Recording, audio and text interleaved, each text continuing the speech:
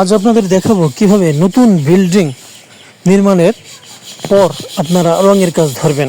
তো প্রিয় দর্শকবৃন্দ, প্রথমেই বলতে চাই যে একটি বিল্ডিং নির্মাণের প্রায় 2 থেকে 3 মাস পর কাজ ধরা যায়। তো এর মধ্যে আগে দেখতে হবে যে আপনার আশেপাশে যে বিক্রয় প্রতিনিধি কিংবা HR রয়েছেন, তো তাদের সাথে যোগাযোগ করতে পারেন।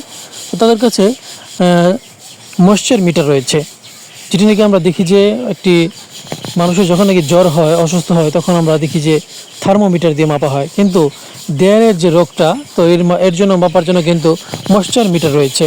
তো সেটি যখন নাকি 15 থেকে 20% মধ্যে থাকে, তাহলে কিন্তু এই কাজটা ধরা যায়।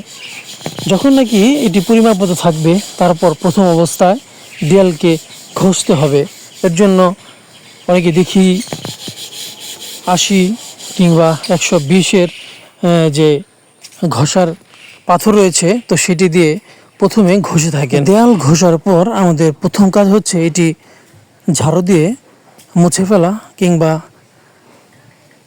কাপড় দিয়ে ঝেড়ে ফেলা কিংবা পানি দিয়ে ধুয়ে ফেলা। এরপর সিলার ব্যবহার করা।